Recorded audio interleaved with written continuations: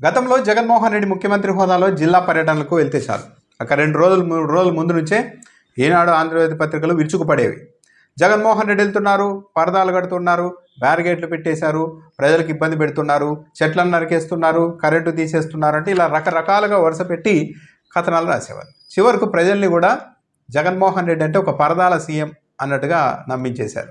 ఇక చంద్రబాబు నాయుడు అయితే మధ్యలో ఇంకా తాను ముఖ్యమంత్రి అయిన తర్వాత తమ్ముళ్ళు గతంలో లాగా మీకు ఇప్పుడు పరదాలు ఉండవు, బ్యారిగేట్లు ఉండవు, నేను డైరెక్ట్గా ప్రజల్లోనికి వస్తున్నా, జగన్మోహన్ రెడ్డి లాగా పర్యటనల సమయంలో చెట్లు నరకడాలు ఉండవు, నేను అందరికీ స్పష్టమైన ఆదేశాలు ఇచ్చాను అని చెప్పడంతో పాటు చంద్రబాబు నాయుడు గారే తన భద్రతను తనకు తానుగా కుదించుకున్నారు. పోలీసు అధికారులకు స్పష్టమైన ఆదేశాలు ఇచ్చారు.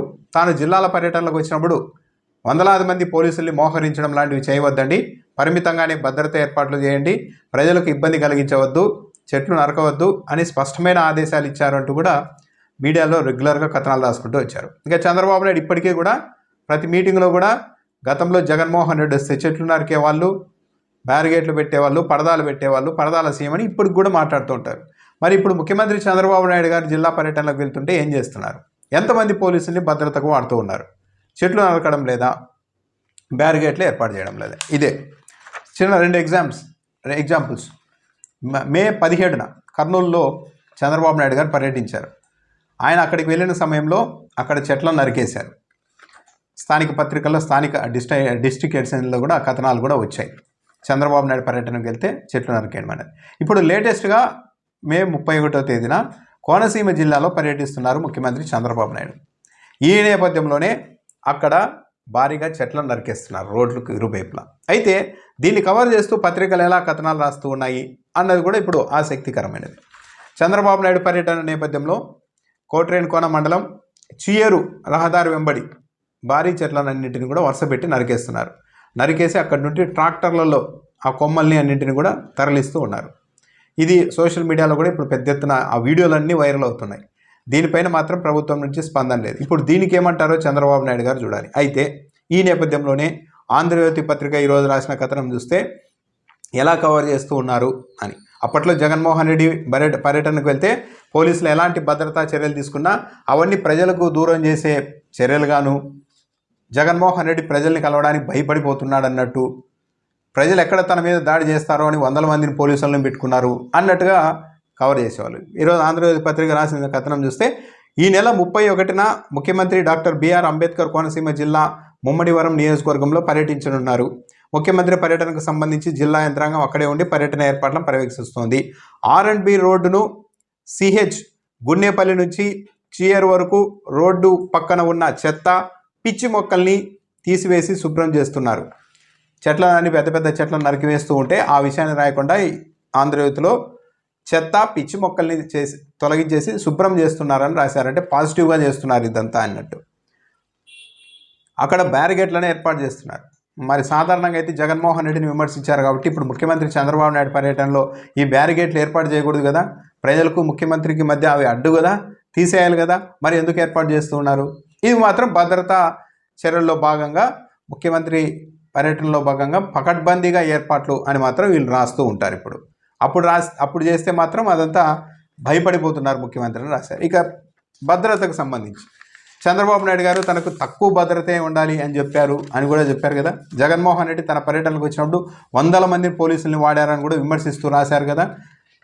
ఇప్పుడు చూడండి, ఆంధ్రజ్యోతి పత్రికలోనే రాశారు ఈరోజు, భారీ పోలీస్ బందోబస్తును ఏర్పాటు చేశారు.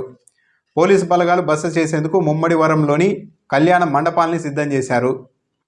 జిల్లా ఎస్పీ కృష్ణారావు ఆధ్వర్యంలో 2 అడిషనల్ ఎస్పీలు, 8 మంది డిఎస్పీలు, 27 మంది సిఐలు, రిజర్వ్డ్ ఇన్స్పెక్టర్లు, కానిస్టేబుళ్ళు 492 మంది, మహిళా పోలీసులు 67 మంది, హోంగార్డులు 88 మంది, మొత్తం 751 మందితో భద్రతా ఏర్పాట్లు చేస్తున్నారు. 751.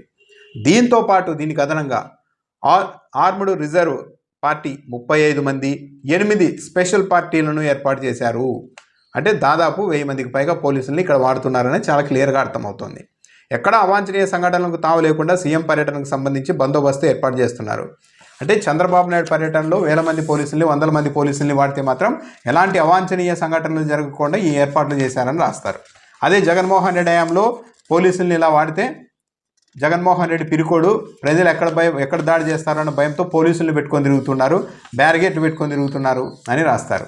జగన్మోహన్ రెడ్డి పర్యటనకు వెళ్ళినప్పుడు 900 మంది పోలీసులను వాడుతున్నారు, 1000 మంది పోలీసులను వాడుతున్నారని రాశారు.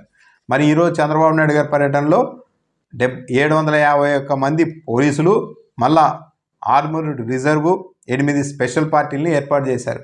మరి ప్రజానాయకులకు, ప్రజలతో మంచి సంబంధాలు ఉన్న వాళ్ళు, గొప్పవాళ్ళు, ఇలాంటి వాళ్ళకి అసలు భద్రత అవసరం లేదు కదా.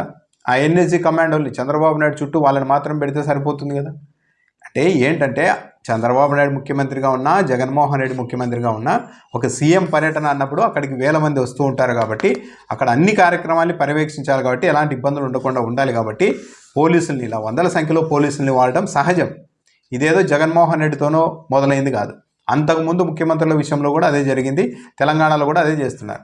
కాకపోతే ఏంటి అభ్యంతరం ఏంటి అంటే జగన్మోహన్ రెడ్డి పర్యటనలకు ఏర్పాట్లు చేస్తే పోలీసులు దాన్ని మాత్రం ఒకలాగా నెగిటివ్గా రాయడం, అదే చంద్రబాబు నాయుడు విషయానికి వచ్చేసరికి మాత్రం అదంతా ఒక బందోబస్తులో భాగం, భద్రతా ఏర్పాట్లలో భాగం అంటూ రాయడం. ఈ ద్వంద్వ నీతే కరెక్ట్ కాదు.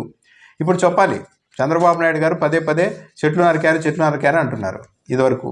మరి ఈరోజు ఆయన పర్యటనలో ఎందుకు నడుగుతున్నారు? మొన్న కర్నూలులో జరిగింది, ఈరోజు కోనసీమ జిల్లాలో చెట్లనన్నీ ఎందుకు అటు ఇటు ఉన్న పెద్ద చెట్లనన్నీ నరికి ట్రాక్టర్లు వేసి అక్కడి నుండి ఎందుకు తరలిస్తున్నారు? ఎవరు ఆదేశాలు ఇచ్చారు? దీనికి సమాధానం చెప్పాలి. చంద్రబాబు నాయుడు గారు మళ్ళీ ఆగ్రహం వ్యక్తం చేశారు అంటూ కథనాలు రాస్తే సరిపోదు. ఈ చెట్లు తొలగించిన వాళ్ళు ఎవరు, ఎందుకు తొలగించారు అన్నది ప్రజలకు ఒక కారణం కావాలి. లేదు ముఖ్యమంత్రి చెప్పినా అందరూ చెప్పినా చేశారంటే వాళ్ళ మీద, ఆ సిబ్బంది మీద చర్యలు తీసుకోవాలి. దీనికి ఏంటో ఒక కారణం అయితే ప్రజలకు వివరించాల్సిన అవసరం ఉంది. ఏ ముఖ్యమంత్రి ఉన్నా సరే మీరు ప్రజల్లోనికి వెళ్ళకపోయినా వచ్చిన అభ్యంతరం ఏం లేదు, ఇబ్బంది ఏం లేదు. ఇప్పుడున్న ప్రపంచంలో ఎక్కడి నుండైనా పరిపాలన చేయవచ్చు. కానీ ఇలా వెళ్ళి పచ్చని చెట్లను నరకడం మాత్రం కరెక్ట్ కాదు, అది ఎవరికీ మంచిది కాదు.